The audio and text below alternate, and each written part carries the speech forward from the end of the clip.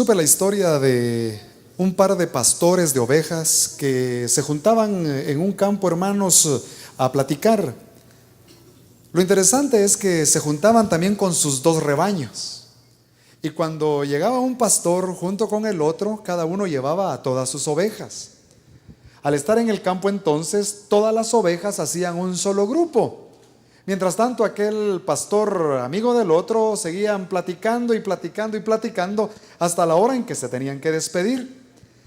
Lo interesante era que cuando se levantaba el primer pastor, sencillamente llamaba a sus ovejas y de todo aquel rebaño, hermanos, salían las que le pertenecían. Las otras se quedaban esperando a su propio pastor. ¿Qué era lo que movía a esas ovejas? Si uno pudiera ponerse a reflexionar, probablemente fuera la dulce voz del pastor. ¿Se han dado cuenta que los pastores tenemos voces muy dulces, hermanos? Nunca he visto un pastor que tenga voz chillona o voz amenazadora. No, la voz del pastor, hermano, timbrada ahí de una manera especial. Creo que lo que movía a esas ovejas, hermanos, era una mezcla muy importante que también nos ilustra a nosotros, una mezcla que necesitamos. Y era, por un lado, en primer lugar, la comunión que cada oveja tenía con su pastor, y esa comunión creaba en el corazón de esa oveja confianza. Una de las cosas que el Señor me ha estado hablando y que en esta mañana vamos a compartir, hermanos, es precisamente que la fe verdadera resulta de nuestra intimidad con el Señor. Note usted, cuando usted pierde su intimidad con el Señor, su fe, aparente fe, podrá ser cualquier cosa menos fe. Entonces, lo que queremos realmente, hermanos amados, ver es cómo se correlaciona entonces la comunión que tenemos nosotros con el Señor con una dinámica de fe. Y déjenme poner en perspectiva las cosas. Si ustedes están conmigo, hermanos, dice la Escritura en San Lucas capítulo 18, cuando venga Jesucristo, cuando venga el Hijo del Hombre, dice la palabra ahí, ¿hallará fe en la tierra? Y usted puede buscar ahí, hermanos, San Lucas 18:8. Veo que algunos están buscando esta porción. Literalmente dice, cuando venga el Hijo del Hombre, ¿encontrará fe en la tierra? Y si usted se percata, hermano, de los movimientos que hay el día de hoy, y seguramente usted tiene un televisor en su casa, algunos están constantemente conectados al internet, hermanos, o llegan las ediciones impresas a nuestras manos en términos religiosos. Nunca antes, hermanos, en los 2000 años que la iglesia ha estado trabajando desde que Jesucristo la estableció, hermanos, nunca antes había habido un movimiento tan intenso en torno al tema de la fe. Hoy en día hay movimientos de fe, predicadores de fe, iglesias de fe. Hay lugares, hermanos, donde absolutamente todos los temas tienen que ver solo con fe. Casi todos estos movimientos podríamos concentrarlos en esta expresión. Cuando el que está moviendo esa dinámica de fe dice, no le pida a Dios solo por sus necesidades, pídale por sus sueños. Y entre más grandes sean, Él se los concederá. Y todo el mundo dice, amén. Ahora, ¿qué le quiero ilustrar con esto? En realidad, hermanos, ¿es esa fe? En realidad es fe mantener la motivación de pedir al Señor siempre cosas que vienen a nuestra propia vida producto del egoísmo. ¿Es verdadera fe eso? Y cuando vamos a la Escritura, nos damos cuenta, hermanos, que cuando el Señor habla aquí de la fe que encontrará el Hijo del Hombre, es aquella fe, hermanos, referida a cada persona que ha buscado como cosa prioritaria en los días de su vida estar en comunión con el Señor. Por eso es que no sabemos si cuando venga el Hijo del Hombre va a encontrar tal fe, porque según la Escritura, cada día la historia va de mal en peor. El siguiente acto en la agenda de Dios es el arrebatamiento de la iglesia, porque después de esto, hermanos, habiendo llegado la maldad de los hombres a tal extremo, vendrán entonces los tiempos de tribulación. Bajo esa perspectiva, entonces, déjeme volver a la Escritura y también en los evangelios. Resulta que hay unos discípulos que quieren tener fe al orar. Y entonces le dicen al Señor en San Lucas 17, Señor, aumentanos la fe. He oído miles de explicaciones sobre ese verso, hermano. Y me parece que la mayoría de los que explicamos ese verso no entendemos ese verso. ¿Cómo es eso de aumentanos la fe? Y sacamos ese verso del enfoque del contexto. Pero si usted sigue leyendo, hermanos, ahí en San Lucas 17, el Señor Jesucristo le dice a aquellos que lo están escuchando, inmediatamente después que le piden que les aumente la fe, el Señor les dice: mire, ¿quién de vosotros que tenga un siervo, después de que ha estado trabajando todo el día allá, le dice al regresar a la casa: siéntate, come? ¿Será que eso pasa? No, dice el Señor. ¿Será que le da gracias por todo lo que ya hizo? No, dice el Señor. Y noten, el Señor dice entonces, el Señor Jesús, más bien le dice: pasa, prepárame la mesa, prepárame la comida y ahora sírveme. Y lo que está diciendo ahí el Señor Jesucristo, hermanos, cuando los discípulos le están preguntando, le están diciendo: Señor, aumentanos la fe. Lo que el Señor les está diciendo es: la manera en la que la van a tener aumentada es cuando nunca estén tan cansados, a pesar de todo el trajín del día, como para querer servirme y buscarme. Ahora, hermanos amados, bajo esa perspectiva, entonces, hoy quiero pedirles que abran la escritura en Hebreos capítulo 11. Porque en Hebreos capítulo 11, el Señor nos va a enseñar, hermanos, cómo es que la verdadera fe resulta de tu intimidad con el Señor. Cuando tú tengas necesidad de fe, yo te voy a decir algo: necesitas intimidad. Porque cuando tienes intimidad con Dios, como veremos hoy, la fe, hermano, la fe tuya, si tienes intimidad, va a ser como la de Abel, va a ser como la de Enoc, va a ser como la de Abraham. En realidad vas a tener una fe, hermanos, de ese tipo de fe que puede mover las montañas. Vamos a Hebreos capítulo 11. Dice así la escritura en el verso 4. Note: por la fe, Abel ofreció a Dios más excelente sacrificio que Caín, por lo cual alcanzó testimonio de que era justo, dando Dios testimonio de sus ofrendas, y muerto aún habla por ella. Déjeme explicarle qué es intimidad desde una perspectiva práctica. La intimidad, hermano, es una cercanía con el Señor, es un vínculo personal, es una comunión, y viene cuando nosotros tenemos una gran pasión y un deseo por Dios, que lo buscamos a Él antes que cualquier otra búsqueda. Ahora vamos aquí al caso de Abel, y se nos presenta, hermano, una dicotomía. Abel presentó un sacrificio que agradó al Señor, fue agradable al Señor. Caín presenta un sacrificio que no llegó al Señor de la misma manera que el sacrificio de Abel. Y como queremos, hermanos, entender de qué está hablando la palabra, vayan conmigo a Génesis capítulo 4, para ver ahí en el capítulo 4 lo que la palabra del Señor dice en el versículo 4:4. Note por favor lo que el Señor dice aquí. Dice: y Abel trajo también de los primogénitos de sus ovejas. Noten qué bonito esto, hermanos, si está leyendo conmigo. Dice: de lo más gordo de ella. Así es que si aquí hay alguien gordito, sepa que usted es un sacrificio para el Señor, hermano. Y miró Jehová con agrado a Abel y a su ofrenda, mas no miró con agrado a Caín y a su ofrenda. Quédese conmigo, vea por favor.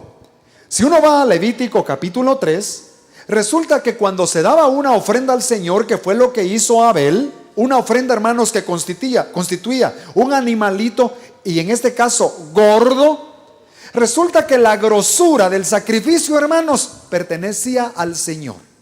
Se cortaba la parte, usted ha hecho churrasco, y entonces usted observa qué pasa con la parte que es gordita, la pepita le llamamos a algunos, para otros es mala palabra, hermanos. Pero la pepita, esa parte que es gordita, usted la pone sobre las brasas, y cuando eso, hermano, está prácticamente siendo inflamado, porque es un material inflamable, sale aquel aroma dulzón. Usted entra a una casa donde huele a churrasco, hermano, ¿y qué siente? ¿Repulsión o dan ganas de participar? Pues la grosura era para el Señor, hermano. Y entonces Abel, al presentar el animalito, resulta que está dispuesto a estar en la presencia de Dios, porque quemar la grosura implicaba que tenía que tomar tiempo para que la presencia del Señor la consumiera y la recibiera toda. En cambio, Caín lleva una ofrenda de frutas, lleva una ofrenda de vegetales. Los vegetales podían ser dejados ahí y no había que esperar a que Dios los consumiera. Por eso entonces nosotros aquí, hermanos, podemos decir en este caso que Abel esperó la presencia de Dios hasta que su sacrificio subió al cielo. Y no sé si se han puesto a pensar, pero ¿Cómo sería que Abel obtuvo su fe? Ya me imagino cuando Abel estaba ahí en la casa y escuchaba a sus papás platicar. ¿Quiénes eran los papás de Abel, hermanos? Díganme por favor. Adán y Eva. ¿O qué pensaron ustedes? ¿Que nunca hablaron como esposos y que nunca se dio cuenta Abel de la vida detrás de la casa? Seguro que hablaban y le decía uno al otro. A veces nosotros sí que la arruinamos, ¿verdad? ¿Te acuerdas todo lo que Dios nos dio en el paraíso? Y tal vez lo que más lamentamos, le decía el uno al otro, es ese tiempo de comunión con Él, cuando podíamos acercarnos sin ninguna vergüenza. Resulta que perdieron todo eso. Entonces Abel, hermanos, en algún momento, que es el momento nuestro también, Abel probablemente pudo haber pensado: yo ya estoy cansado de ver solo la experiencia de otros en cuanto a Dios. Me encantaría yo mismo participar. ¿No le ha pasado, hermano, que a veces uno escucha a alguien dar un testimonio de lo que Dios ha hecho en su vida y uno dice: pero ¿por qué a mí no? ¿Cuándo me va a tocar? Y yo le voy a decir una cosa, hermano. Es porque cuando el Señor nos busca para tener comunión, nosotros también debemos de buscarle. Déjeme explicarle, hermano. Dios nos escucha, pero a veces nosotros no lo escuchamos a Él. Y la comunión es que nosotros escuchemos a Dios. Entonces, aquí vemos nosotros que la grosura, según Levítico 3:16, es algo así como el tipo, hermanos, de oración o comunión que nosotros podemos darle a Dios. En realidad, hermanos, el ministerio mayor en el cual todos debemos estar involucrados es el ministerio de la adoración a Dios, donde cada día usted se levanta, hermano, y después de reconocer ante el Señor que es pequeño en usted mismo, reconoce su posición en Cristo. Usted está muerto por Cristo, hermano, al pecado, pero usted está vivo por Cristo para llevar una novedad de vida. Y en esa dedicación en la mañana, en el tiempo mejor, en el tiempo más quieto, usted le dice al Señor: Señor, estar contigo es una dulce comunión. Yo tengo la semejanza de Cristo en cuanto a su muerte y en cuanto a su resurrección. Yo, Señor, voy a moverme para ti hoy, mañana, como un sacrificio vivo. Todo lo que venga alrededor, Señor, va a ser secundario comparado con mi comunión contigo. Se lo ilustro, hermano. Esto es algo así como lo que le pasa a un hombre con su esposa. Aquí está mi esposa.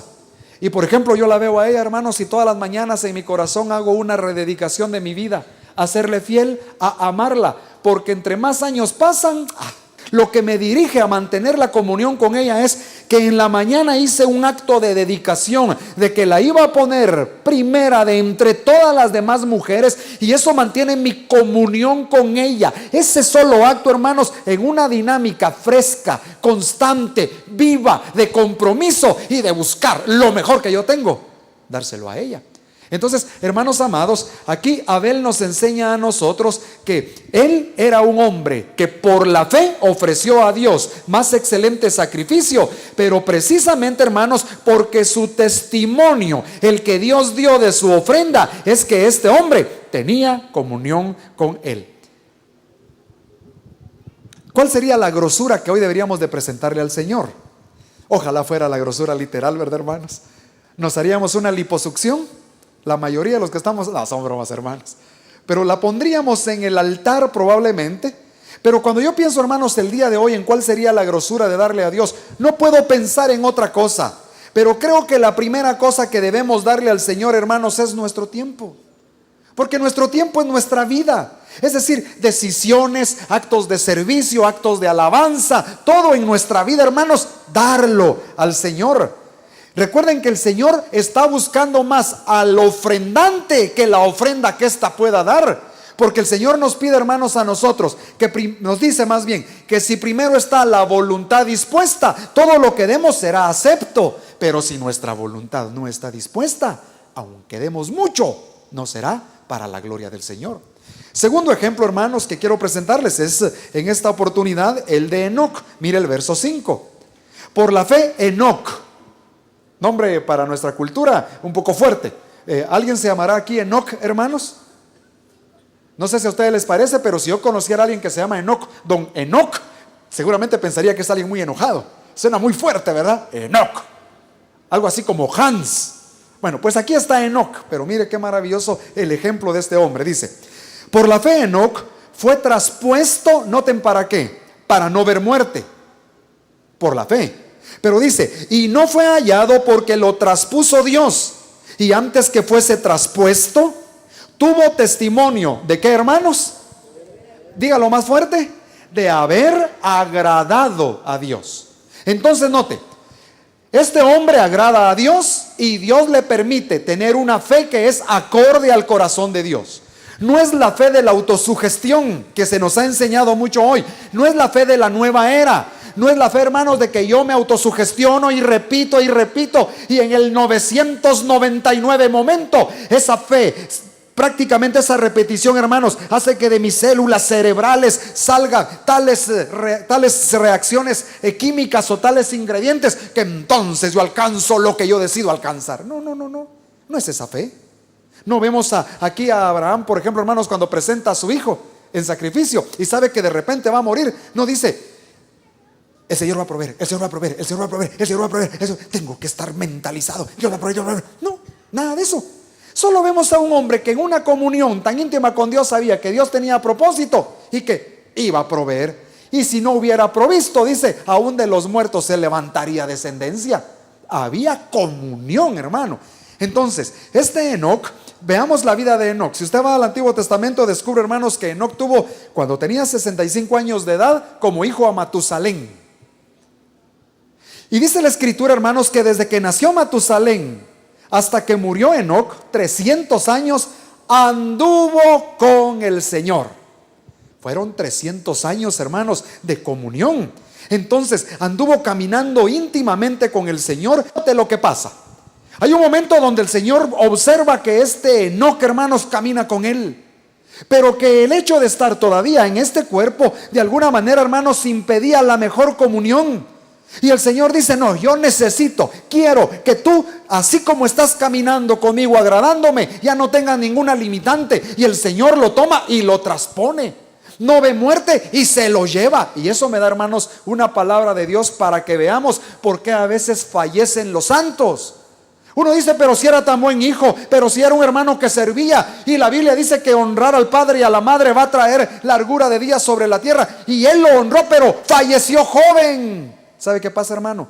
Hay casos donde alguien es tan buen adorador que el Señor quiere tenerlo ya en su presencia, adorándole, como el caso de Enoc. ¿Ve usted? Entonces, este Enoc, hermanos, no levantó un gran ministerio. Eso es otra cosa importante.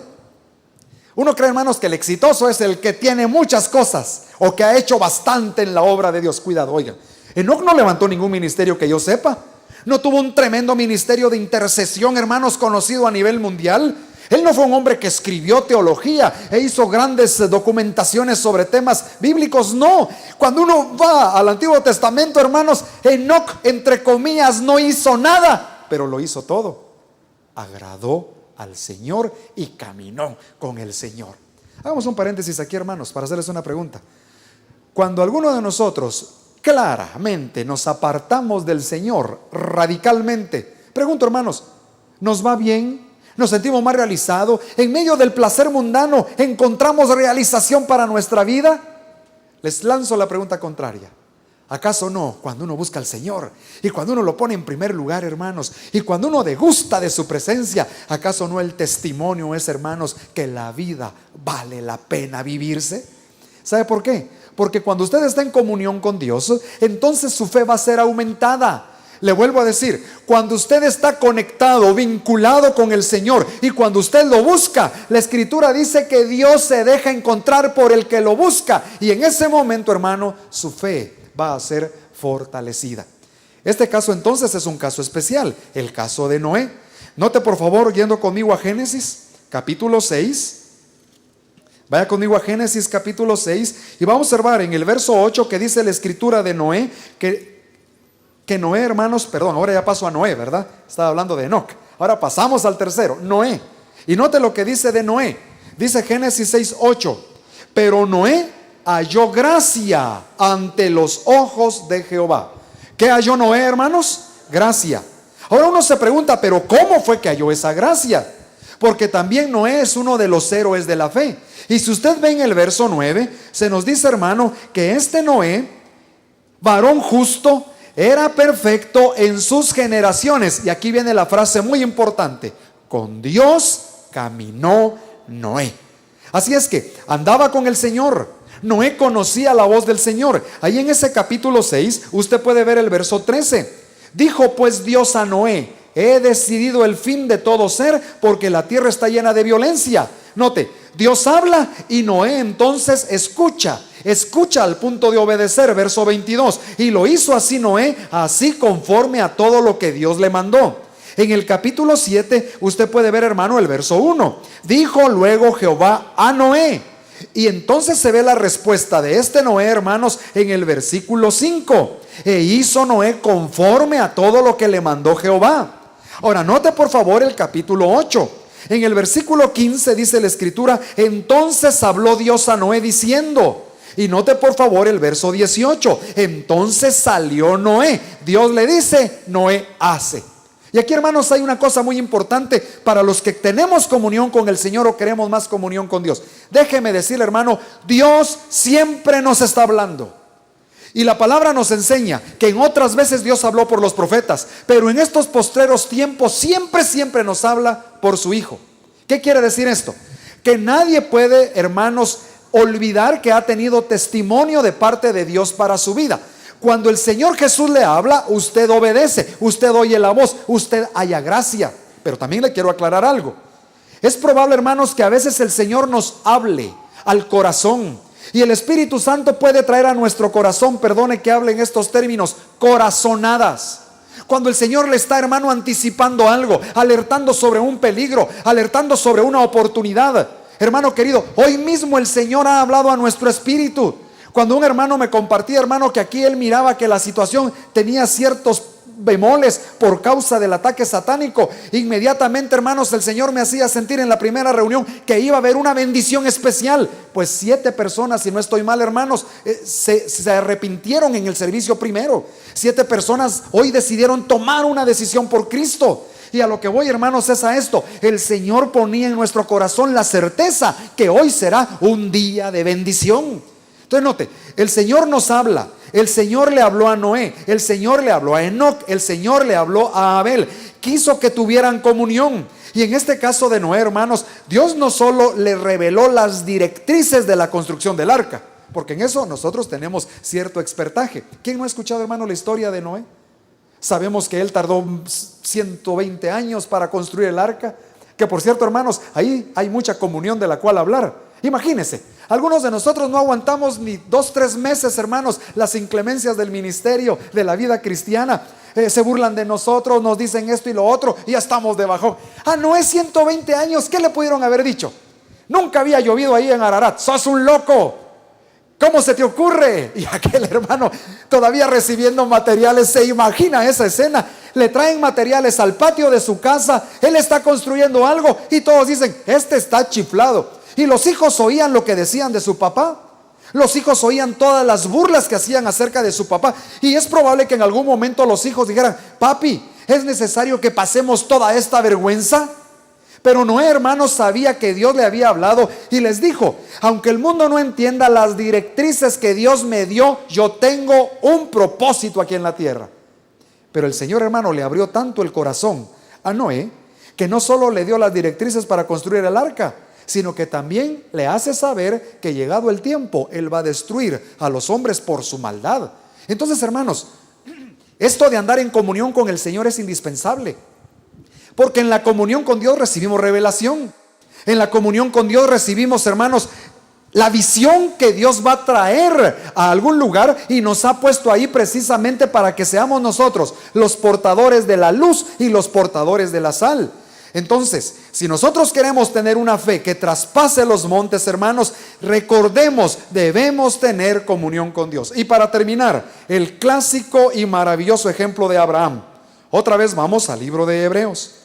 Ahí en Hebreos, hermanos, en el capítulo 11, se nos presenta ahora el caso de Abraham. Es tan impactante, hermanos, el caso de Abraham, que hay muchos hermanos que se llaman Abraham. Hay muchos papás que le quieren poner a su hijo Abraham. Tal vez en un caso muy especial porque lo tuvieron cuando ya eran viejitos. Hay algunos hijos que a su papá le dicen abuelito porque era muy grande cuando los tuvo, ¿verdad? Pero esa es una posibilidad. Entonces mire, Abraham, dice la escritura, verso 8, por la fe Abraham, siendo llamado, obedeció para salir al lugar que había de recibir como herencia. Noten, y salió sin saber a dónde iba.